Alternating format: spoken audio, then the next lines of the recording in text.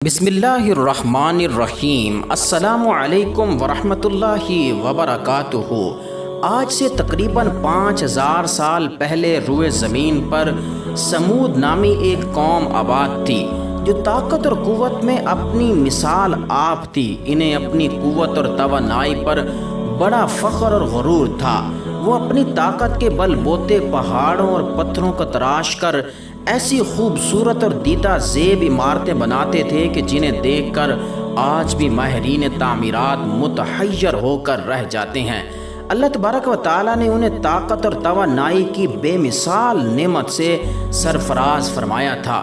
قوم سمود میں جب بت پرستی اور شرک اور کفر جیسی نافرمانیاں رواج پذیر ہو گئیں، بے حیائی، فحاشی اور یعنی حد سے بڑھ گئی، انسانی رشتوں کی تقدیس پامال کی جانے لگی اور معاشرے میں ظلم اور ستم عام ہو گیا اور عدل اور انصاف کا جنازہ اٹھ گیا، تو اللہ تبارک و تعالیٰ نے ان کی اصلاح کے لیے اور ایمان اور اسلام کی طرف دعوت دینے کے لیے حضرت صالح علیہ السلام کو تاج نبوت پہنا کر ان میں مبعوث فرمایا۔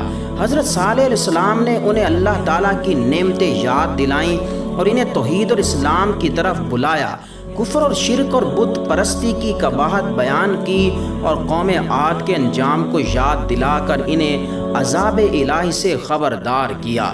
لیکن ان کتا نصیبوں کے کانوں پر جوں تک نہ رینگی۔ وہ طاقت کے نشے میں اس قدر مخمور تھے کہ حضرت صالح علیہ السلام کی دعوت پر لبیک کہنے کی بجائے ان کی رسالت کی تکذیب کی اور ان کا مذاق کرنے لگے۔ ان کی جرأت اور سرکشی اس قدر بڑھ گئی کہ وہ عذاب کے مطالبات تک کرنے لگے کہ جس عذاب سے آپ ہمیں ڈراتے ہیں وہ لے آئیے۔ ایک دفعہ قوم سمود کے سردار جندہ بن عمر نے حضرت صالح علیہ السلام سے عرض کیا کہ اگر آپ حق پر ہیں تو پہاڑ سے ان صفات کی یعنی 10 ماہ کی حاملہ اونٹنی ظاہر کر کے دکھائیے۔ اگر آپ نے یہ معجزہ دکھا دیا تو ہم آپ کی دعوت کو قبول کر لیں گے۔ حضرت صالح علیہ السلام نے ان سے ایمان لانے کا پختہ عہد لیا اور اللہ تبارک و تعالیٰ سے دعا کی، اور پھر یکا یک پہاڑ کی ایک چٹان شق ہوئی اور اس سے ان کے مطالبہ کردہ سے عین موافق اونٹنی نمودار ہوئی۔ پوری قوم حیرت سے اسے تکتی رہی۔ یہ معجزہ دیکھ کر جندہ اور اپنے مخصوص لوگوں کے ہمراہ اسلام میں داخل ہو گیا۔ البتہ قوم کی اکثریت اپنی سرکشی اور نافرمانی پر قائم رہی۔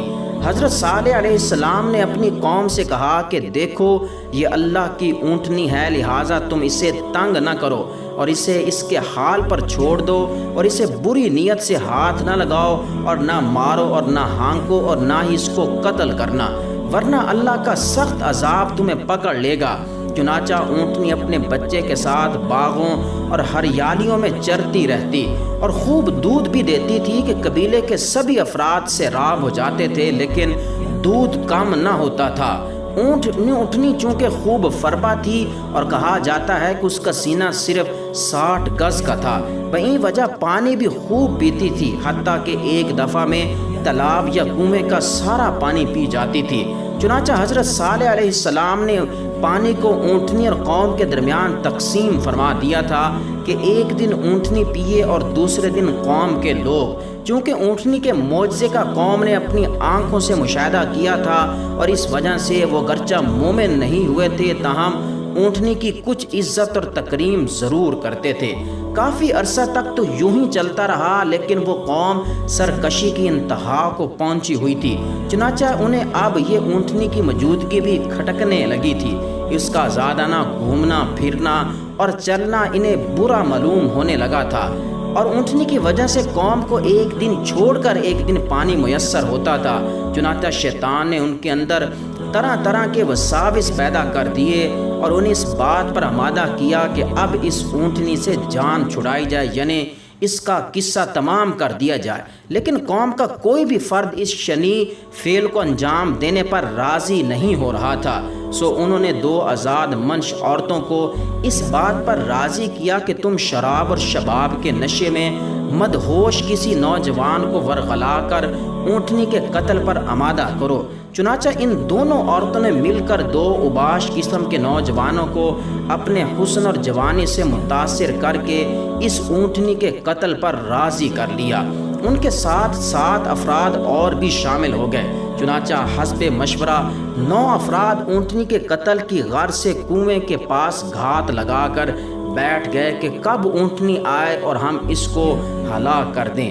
قوم کے دیگر افراد عذاب الہی کے خوف سے چھپ چھپ کر تماشا دیکھ رہے تھے۔ چنانچہ جب اونٹنی کنویں پر پانی پینے کی غرض سے آئی تو مصدع نامی ظالم نے تیر کا وار کیا جو اس کی پنڈلی میں لگا اور خون کا چشمہ وہاں سے جاری ہو گیا۔ اونٹنی کے زخم کو دیکھ کر باقی افراد میں دہشت پیدا ہوئی اور خوف کے مارے وہ پیچھے ہٹنے لگے۔ اتنے میں وہ دونوں عورتیں آئیں اور مردوں کو برا بھلا کہنے لگیں اور ان کی مردانگی اور طاقت اور قوت پر تانے کسنے لگی۔ یہ سب سن کر قبیلے کا طاقت ترین شخص قدار بن سالف آگے بڑھا اور اونٹنی کے پچھلے پاؤں کے اوپر کے حصے کو تلوار سے کاٹ دیا۔ اونٹنی زخم کی تاب نہ لا کر زمین پر گر گئی اور ادھر سے ظالموں نے زخم خوردہ اونٹنی پر تیروں اور نیزوں کی برسات کر دی اور یوں اونٹنی کو انہوں نے ہلاک کر دیا۔ اور کہا جاتا ہے کہ اونٹنی کا چھوٹا بچہ پہاڑوں کی طرف بھاگنے لگا اور جس پتھر سے نکلا تھا اسی میں غائب ہو گیا۔ اب حضرت صالح علیہ السلام کے صبر کا پیمانہ لبریز ہو چکا تھا۔ قوم نے سرکشی اور نافرمانی کی ساری حدیں توڑ دی تھیں۔ اب عذاب کا وقت آ گیا تھا جس کا ان سے وعدہ کیا گیا تھا۔ چنانچہ حضرت صالح علیہ السلام نے انہیں ان کی ہلاکت اور بربادی اور نزول عذاب کی بشارت سنا دی کہ 3 دن کے بعد تم پر قہر خداوندی عذاب بن کر ٹوٹنے والا ہے۔ عذاب کا پہلا مرحلہ پہلے دن سے ہی شروع ہو جائے گا اور پہلے دن تمہارے چہرے زرد یعنی پیلے پڑ جائیں گے اور دوسرے دن تمہارے چہرے سرخ یعنی لال ہو جائیں گے اور تیسرے دن تمہارے چہرے سیاہ یعنی انتہائی کالے ہو جائیں گے اور پھر چوتھے دن تم پر عذاب الہی نازل ہوگا۔ چنانچہ ایسا ہی ہوا اور پہلے دن ان کے چہرے زرد اور دوسرے دن سرخ اور پھر تیسرے دن سیاہ پڑ گئے اور چوتھے دن دوپہر کے وقت ان پر سخت زلزلہ آیا اور آسمان سے ایسی خطرناک چنگاڑ آئی کہ جس کی وہ تاب نہ لا سکے اور ان کے جگر پارا پارا ہو گئے اور کلیجے پھٹ گئے۔ اور یوں قوم سمود اپنے انجام کو پہنچ کر نشان عبرت بن گئی۔ اللہ تعالیٰ نے ان کے کبر اور نخوت کو خاک میں ملا دیا۔ مدائن صالح میں موجود ان کی بسیطہ عمارتیں آج بھی ان کی ہلاکت اور بربادی کی گواہی دے رہی ہیں کہ اللہ تعالیٰ سے بغاوت اور سرکشی کرنے والوں کا انجام ایسا ہی ہوتا ہے۔